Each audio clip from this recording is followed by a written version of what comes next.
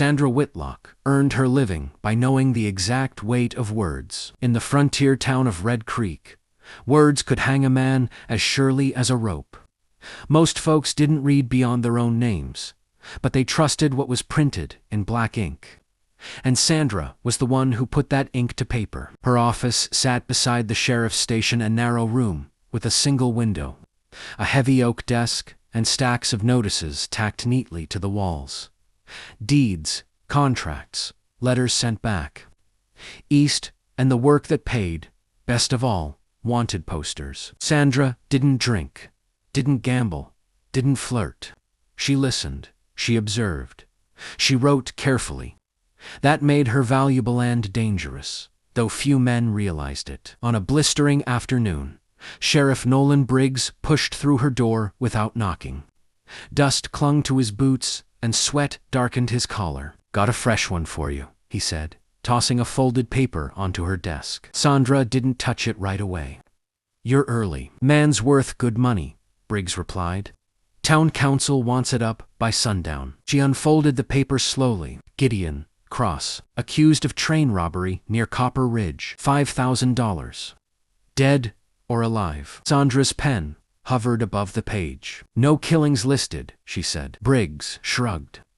"Doesn't mean he ain't dangerous. No witnesses identified either. Enough men swear it was him." Sandra finally looked up. "Swear or assume?" The sheriff scowled. "You here to write or argue?" She dipped her pen into ink. Sandra had learned long ago that exaggeration sold better than truth. A single word, ruthless, bloodthirsty, cold-blooded, could turn a rumor into a death sentence. She refused to use them lightly. She wrote, instead, "Wanted for questioning in connection with an armed train robbery. Considered dangerous if confronted." Briggs didn't read over her shoulder. He never did. By the time the poster was finished, the name Gideon Cross stared back at her, in bold letters, neat and unforgiving. Sandra felt a strange unease settle in her chest. She handed the stack to the sheriff. "That's the cleanest version." Briggs snorted. "Clean, don't bring bodies. Truth doesn't need blood," she replied. That evening, as lanterns flickered to life along Main Street, Sandra locked her office and started home. The air smelled of dust and horse sweat. Somewhere, a piano played badly. "You've got a careful hand." Sandra stopped. The voice came from behind Hurlo.com. "Close." She turned slowly. The man leaned against the wall across from her office, hat pulled low, one boot crossed over the other, like he had nowhere else to be. In his hand was one of her posters, folded but unmistakable. "I'd know that handwriting anywhere," he continued. "Most folks make me sound like the devil himself." Her heart thudded, but her voice stayed steady. "Then you shouldn't be reading wanted notices." His mouth curved slightly. "Fair point." She met his eyes, then sharp, dark, observant. "Gideon Cross," she said. "In the flesh," he replied. "Still breathing, thanks in part to you." She folded her arms. "If you're here to threaten me, do it quickly." "Threaten you?" He chuckled softly. "No, I came to ask why you didn't sharpen the knife." "I don't write lies," she said. "Even when they're profitable." His gaze lingered on her, something thoughtful passing through it. "That kind of honesty's rare out here. So, is showing your face in town when there's a bounty on it." Footsteps echoed down the street. Gideon straightened. "Guess that's my cue." He tipped his hat. "Careful with your words, Miss Sandra." "Well, Sandra," he said quietly, "your ink just bought you a place in my memory." Then he vanished into the shadows, leaving her alone with a pounding heart and the sinking realization that she had just crossed paths with the man she'd accidentally protected. Sandra didn't sleep that night. Every creak of wood outside her window sounded like boots. Every gust of wind felt like breath at her neck. Gideon Cross's voice replayed in her head, not threatening, not desperate, just calm. To calm for a man marked dead or alive. By morning, Red Creek was buzzing. Wanted posters bearing Gideon's name had multiplied overnight, nailed crookedly to posts, saloon walls, and the church door. Bounty hunters had arrived with the sunrisemen, with hollow eyes, scarred knuckles, and rifles that looked too well-loved. Sandra kept her gaze down as she walked to her office. She felt watched. Inside, she tried to work. A widow needed a letter written to her sister back east. A rancher needed a land agreement, copied clean. Sandra's hand didn't shake, but her thoughts wandered. "He came to town for you," a voice whispered. Just before noon, rain rolled in fast and heavy, drumming against the roof like gunfire. Thunder cracked so loud the windows rattled. Sandra rose to shut them when the office door opened. She didn't scream, but only because she recognized him instantly. Gideon stepped inside. Rain-soaked, hat gone, dark hair plastered to his forehead. His coat was torn at the side, blood seeping through the fabric. "Before you say no," he said quietly, "I won't last another block." She locked the door. "I didn't invite you," she said. "No," he replied. "But you're the only one in this town whose words haven't tried to kill me." He swayed. Sandra moved without thinking, guiding him to the chair by her desk.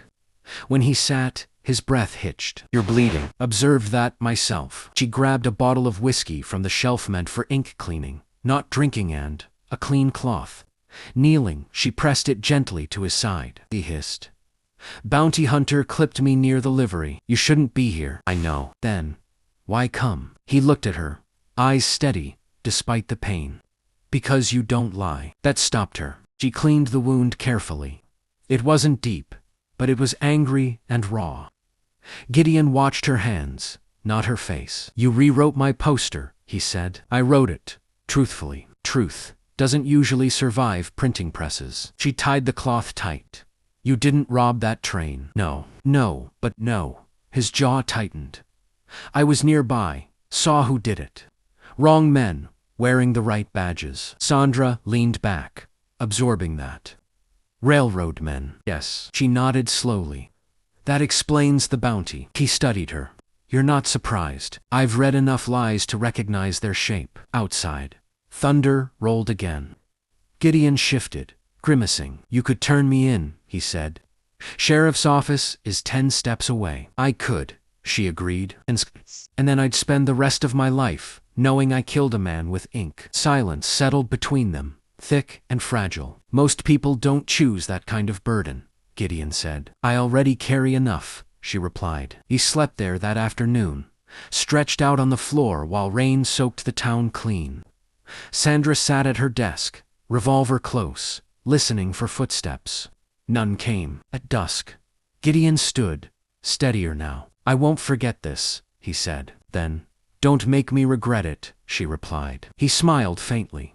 "Hard promise, but I'll try." When he slipped back into the storm, Sandra returned to her desk.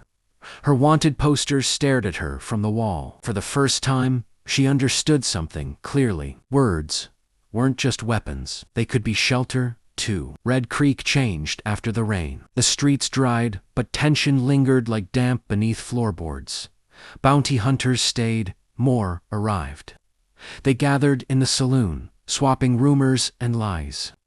Gideon Cross's name rolling off their tongues like a wager already won. Sandra felt it every time she stepped outside. Inside her office, she worked longer hours. Not because there was more work, but because she didn't want to be home, alone with her thoughts. Every knock at her door tightened her chest. Gideon didn't come back for days. When he finally did, it was after midnight. 3 soft knocks. A pause. Then 2 more. She opened the door, with her revolver raised. "Still cautious," Gideon said quietly. "Good." He looked better, cleaner, steadier, but more guarded. Dust coated his boots. A rifle hung across his back. "You shouldn't keep returning," she said. "And yet," he replied, "here I am." He brought news. "The men who robbed the train are wearing law on paper," Gideon said, leaning against her desk. "Railroad guards with temporary commissions. Makes them untouchable unless someone puts proof in the right hands." "Which hands?" Sandra asked. "Ones that read," that earned a small, grim smile. They worked together after that. Carefully, quietly. Gideon gathered names, routes, dates. Sandra copied ledgers, traced signatures.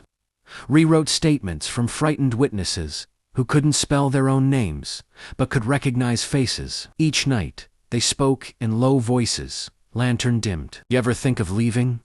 Gideon asked one night, watching her write. She paused. "Every day." "Why don't you?" She looked around her office, the desk worn smooth by years of work, the walls lined with notices she'd written. "Because if I leave, this town stays exactly the same." "That sounds like responsibility talking." "It is." He nodded. "That's a dangerous habit." So was the way he looked at her sometimes, like she was the first solid thing he'd found in a long time. One evening, Sandra handed him a rewritten affidavit. "If this reaches the circuit judge, it forces an investigation." If Gideon said, she met his eyes.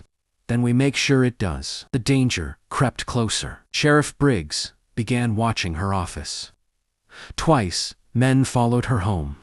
Once, she found her desk drawers, disturbed papers shifted, ink bottle cracked. A message without words. That night, Gideon insisted she come with him, beyond town. They rode out under a pale moon, Red Creek shrinking behind them. The plains stretched wide and silent. "This is where I hide," Gideon said, gesturing to the open land. No walls, no ink, just space. Sandra breathed deeply. "It's empty. It's honest." They sat on a low ridge, stars spilling across the sky. "My brother died because of men like them," Gideon said quietly. "I ran after that, stole when I had to, shot when I had to, but I didn't rob that train." "I know," Sandra said. He turned to her. "Come with me when this is over." She didn't answer immediately. "I belong to words," she said finally, "and I belong to the road." He reached for her hand. "Roads can lead anywhere." She let him hold it, but she didn't promise. Back in town, the trap was tightening, and both of them knew it. The warning came in silence. Sandra arrived at her office just after dawn, and knew something was wrong before she opened the door. The lock hung crooked. The frame was splintered. Inside, chaos. Her desk drawers were overturned, papers scattered across the floor like fallen feathers. Bottles of ink lay shattered, black stains bleeding into the wood. Her careful stacks of draft affidavits, copied ledgers, witness letters were torn apart or missing. Someone had been thorough. Sandra's hands shook as she knelt, gathering what remained, not fearing her. Cold and sharp, carved into the surface of her desk, were 3 words. "Mind your ink." She swallowed hard. By nightfall, Gideon knew. He found her sitting at the desk, cleaning dried ink from her fingers, like it was blood. "We need to leave," he said without greeting. "Now?" "No," Sandra replied. "They've crossed the line." "They crossed it the moment they lied," she said. "If we run, they bury the truth with us." Gideon paced, jaw tight. "Truth won't stop a bullet. Neither will silence." She laid out what remained of their evidence. Enough to expose the railroad men, but only if made public. "There's a town meeting tomorrow," Sandra said. "Sheriff, council, railroad representatives." Gideon froze. "That's a death sentence." "That's a stage," she corrected. They argued, until the lantern burned low. In the end, Gideon nodded once. "I'll stand with you," he said. "But I won't let them take you." Morning came bright and merciless. The meeting drew half the town. Murmurs filled the hall as Sandra stepped forward, papers in hand. Gideon stayed near the wall, hat low, eyes scanning. Sheriff Briggs sneered. "This is highly irregular." "So are forged commissions," Sandra said calmly. "And payroll ledgers that don't match." She read. Aloud names, dates, signatures. Gasps rippled through the crowd. The railroad men shifted. One stood abruptly. "This is nonsense." Gideon stepped forward. "I saw you at Copper Ridge." Silence. A gun cleared leather. The shot cracked through the hall. Sandra turned just in time to see Gideon jerk backward, red blooming across his shirt. "No," she screamed. The hall erupted shouts, chairs falling, guns drawn. The sheriff shouted orders. The railroad men ran. Sandra dropped to her knees beside Gideon, pressing her hands to his chest. "Stay with me," she begged. He smiled weakly. "Still worth it." Tears blurred her vision. "Yes, you stubborn fool. Yes." The sheriff arrested the gunman that day. The ledgers sealed the rest. Gideon, by nightfall, The truth was nailed up in the same places the lies once were, and Red Creek would never read the same again. Gideon cross-heeled slowly. The doctor said it was luck. Sandra knew better. Luck didn't grit its teeth and refused to die. Gideon did that all on his own. For weeks, he stayed hidden in a small cabin beyond Red Creek, guarded more fiercely than any outlaw had ever been by a woman with ink-stained fingers and a loaded revolver. Sandra visited daily, bringing food, clean bandages, and updates from town. The railroad men were gone, arrested or fled. Their names had been replaced on the walls by new noticers Sandra had written herself. This time, the ink felt lighter. One morning, she arrived with a folded paper in her pocket. Gideon watched her from the bed, stronger now, color back in his face. "You look nervous," he said. "I am. That's new." She sat beside him and unfolded the paper. It wasn't a wanted poster. The format was familiar, bold. Title, clean lines. But the words were different. Notice to the public. Gideon, cross. All charges cleared. No bounty issued. Gideon stared at it for a long moment. "You wrote this," he said. "I did." He exhaled slowly, like a man finally setting down a heavy pack. "Never thought I'd see my name like that." Sandra swallowed. "Neither did I." When Gideon returned to Red Creek openly, the town didn't know what to do with him. Some looked away, some nodded. A few even smiled. The sheriff offered an awkward handshake and muttered something about mistakes. Sandra packed up her office that afternoon. "What are you doing?" Gideon asked, leaning in the doorway. "Leaving," she said simply. He studied her. "You sure?" She touched the desk one last time. "I stayed because I thought the town needed me, but it needed truth more. And that's done." They rode out at sunset. No gunfire followed. No shouts. Just the sound of hooves and the open road stretching wide ahead of them. At the edge of town, Gideon slowed his horse.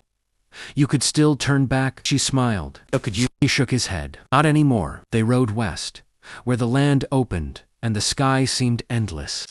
Sandra carried a satchel of paper and ink, not to condemn, but to remember. Gideon carried his past without chains for the first time. They didn't know where they'd end up, but for once, neither of them was being hunted. And the woman who once wrote men into graves now wrote a future of her own choosing. Don't forget to like, comment, and subscribe for more Western stories.